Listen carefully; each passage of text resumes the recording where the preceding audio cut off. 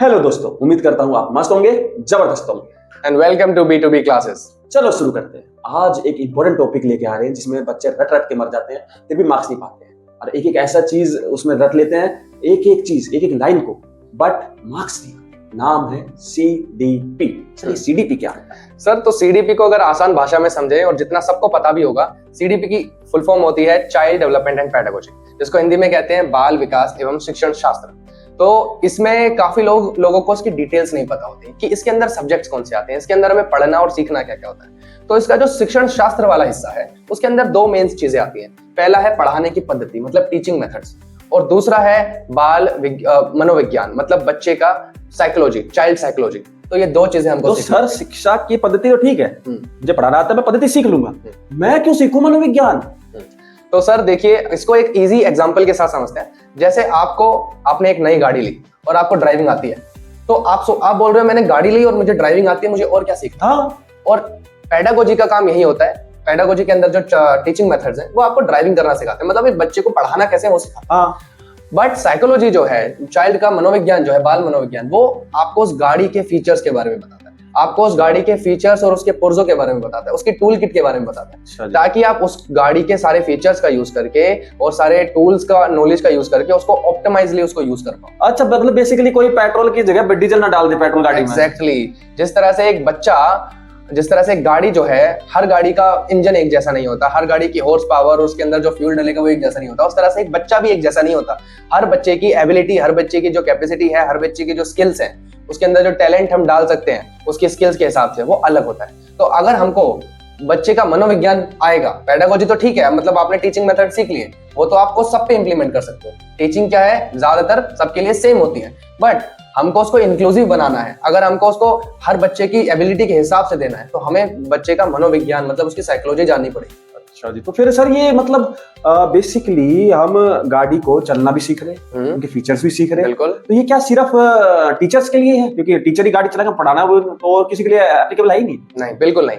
जिस तरह से एक गाड़ी को सिर्फ आप घूमने के लिए यूज नहीं कर सकते हो, आप उसके मल्टीपल यूजेस कर सकते हो। आप उसे टूर पे भी जा सकते हो, आप उससे सामान भी ढो सकते हो, आप उससे बहुत कुछ कर सकते हो। उसी तरह से ये जो नॉलेज है सिर्फ टीचिंग एग्जाम्स में नहीं, आप अगर एक पेरेंट हो तो आपकी डेली लाइफ में बहुत रेलिवेंट होगा। आप अगर एक काउंसलर हो तब आप अपने लोगों को अपने काउंसलिंग में इसको यूज कर सकते हो, बच्चों को काउंसिल कर सकते हो। और जो एस्पिरेंट्स है, एस्पिरेंट्स के लिए तो सबसे अच्छा है। क्यों? क्योंकि सर आजकल जो क्वेश्चंस आ रहे हैं वो आ रहे हैं प्रैक्टिकल, खासकर टीचिंग की फील्ड में, क्योंकि यह एक प्रोफेशनल फील्ड, और प्रोफेशनल भी ऐसी जिसके अंदर सबसे मेन टीचिंग और उसके मेथड्स और बच्चे की साइकोलॉजी है। इसी पे बेस पूरा आपका करियर होगा। तो इसको तो बहुत ही प्रैक्टिकल तरीके से आजकल पूछा जाने लगा है। तो इसी पे मेरे को एक बात याद आई कि मेरे साथ एक कॉम्पिटिटर था, वो उसने नियोज का पूरा रट डाला। आप ये पेज नंबर बोलो, नियोज का वो पूरा बताया। बिल्कुल। तो जब रिजल्ट आया तो मेरे 85 आए, उसके आए 60। तो हाँ, वो बोला कि तेरी किस्मत अच्छी थी, तू तो तुक्के से पास हो गया। फिर दूसरा जब हमारा अलग अलग था डीओ रैंडम, उसमें भी सेम रिजल्ट आया। तो वो बोला कि तूने कुछ धांधलेबाजी करी है। फिर मैं बोला, समझाया, भाई मैंने सिर्फ समझा था, तूने रटा हुआ है और तेरे क्वेश्चन थे कैसे कैसे गलत हुए। एग्जैक्टली। तो इससे यही समझ में आया कि CDP समझने से पेरेंट्स को ये फायदा है कि वो बच्चे का चिड़ोकलापन समझ पाएंगे। बिल्कुल। जैसे एक गाड़ी को अकेला जो खरीद रहा है, अगर मेरा पापा खरीद रहे हैं तो वो अकेले वो तो नहीं चलाएंगे, तो मैं भी चलाऊंगा, मेरी बहन भी चलाएगी।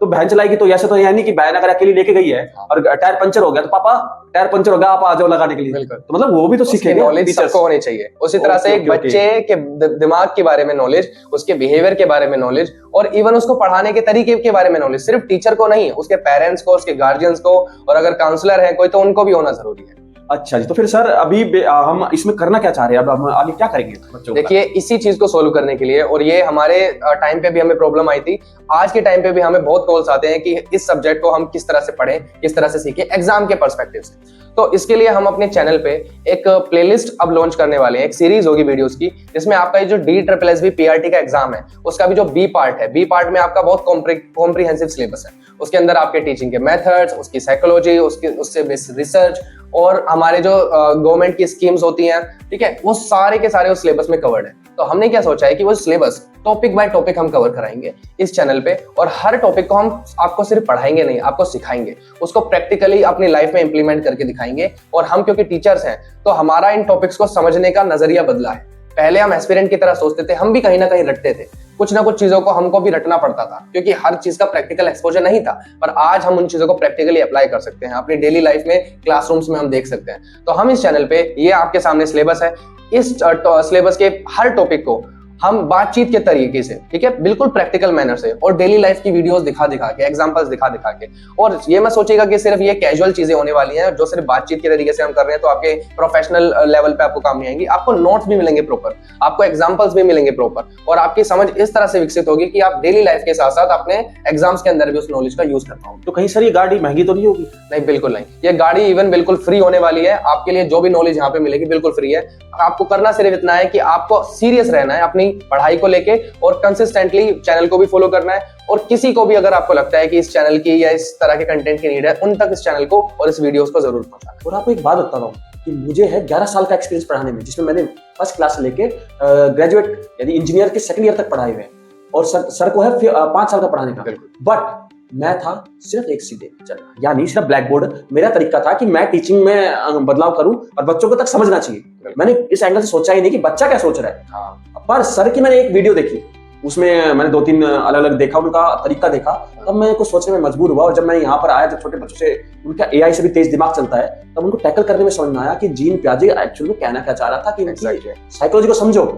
तो सर मैं आपसे एक अनुरोध करूंगा कि वो एक वीडियो में आपको बहुत पसंद आई थी, वो जिसमें आप इक्वलिटी के बारे में अच्छे से समझा रहे बच्चों को, तो एक बार मेरे दोस्तों को समझाने के लिए उनको डालो, ताकि उनको पता चले कि हम किस एंगल पे बढ़ने वाले हैं। इस वीडियो के लास्ट में हम उस वीडियो के क्लिप भी ऐड कर देंगे सर के रिक्वेस्ट पे।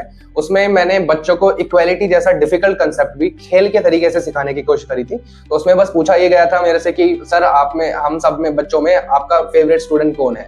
और वो 5th क्लास थी, वो जाने वाली थी हमारे स्कूल से, क्योंकि वो स्कूल 5th ही तक था, उसके बाद उनको दूसरे स्कूल में जाना था। तो उनको वो कंसेप्ट सिखाने के लिए कि मेरा फेवरेट स्टूडेंट कौन है, उससे रिलेटेड एक बहुत इंपॉर्टेंट वैल्यू है इक्वालिटी की, उसको सिखाने के लिए मैंने जो एक्सपेरिमेंट किया था वो आप अगली वाली वीडियो में देख पाएंगे इस वीडियो के बाद। और मुझे तो आज तक ये सबसे मुश्किल क्वेश्चन मिला है कि मैं तो चल सभी फेवरेट ऐसे करके मैंने जब उनकी देखी ना, तब समझ आ रहा है ये कर लेता तो ज्यादा बच जाता पहले। बिल्कुल। तो आप लोग जरूर हमसे जुड़े रहिए, और हम पूरी जी जान लगा देंगे आपको समझाने के लिए। बस आप गुड स्टूडेंट की तरह हमें फॉलो करते रहिए, शेयर करते रहिए, और हमसे जुड़े रहिए। और सबसे महत्वपूर्ण चीज, जहां पर भी आपको डाउट है, बिल्कुल टेंशन लेने की जरूरत नहीं है, एक कमेंट डालिए, मेहनत हम करेंगे आपके लिए। उसके लिए सारे एग्जाम्पल, जितने पॉसिबल एग्जाम्पल हो सके, उनको हम लेके आएंगे। क्वेश्चन आप मॉक टेस्ट आप लगा रखा है, आप हर जगह से पढ़ रहे हो, हम आपको रियल टाइम में उसको करेक्ट, उस पर रिसर्च हम करेंगे, उस पर हम पढ़ेंगे, उसकी प्रेजेंटेशंस, वीडियोस बनाना, सब कुछ। आपको सिर्फ टॉपिक बताना है, और जो भी टॉपिक हमें लगेगा ज्यादातर बच्चों की प्रॉब्लम है, उस टॉपिक को हम पहले प्रायोरिटी बेसिस पे कंप्लीट करें। अब आप वीडियो को एंजॉय कीजिए, और तब तक हमारे साथ, हमारे चैनल से जुड़े रहिए। धन्यवाद।